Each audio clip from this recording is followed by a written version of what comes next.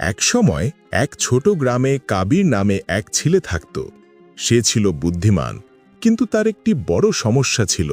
সে কখনোই কোনো কাজে মনোযোগ ধরে রাখতে পারত না। তার মন এক চিন্তা থেকে আরেক চিন্তায় লাফিয়ে বেড়াত, যেন এক অস্থির পাখি। যদি সে পড়তে বসত বা কোনো গুরুত্বপূর্ণ কাজ শুরু করত, অল্প সময়ের মধ্যেই খেলা বা অন্য কিছুতে মন চলে যেত। পড়ার চেষ্টা করলেই তার মনে হতো ফোনটা চেক করে আসি বা বন্ধুর সাথে একটু গল্প করে আসি। কাবিরের বাবা প্রায়ই তাকে বলতেন, বাবা, তোমার মনটা এক বন্য ঘোড়ার মতো। যদি তুমি এটাকে নিয়ন্ত্রণ না করো, এটা তোমাকে ভুল পথে নিয়ে যাবে। কিন্তু যদি তুমি এটাকে শৃঙ্খলিত করতে পারো, এটা তোমাকে যেখানে খুশি পৌঁছে দিতে পারবে। কিন্তু কাবির কখনোই তার বাবার কথাগুলো গুরুত্ব দিয়ে শোনেনি। একদিন গ্রামে এক জ্ঞানী শিক্ষক, গুরুজি, যিনি তরুণদের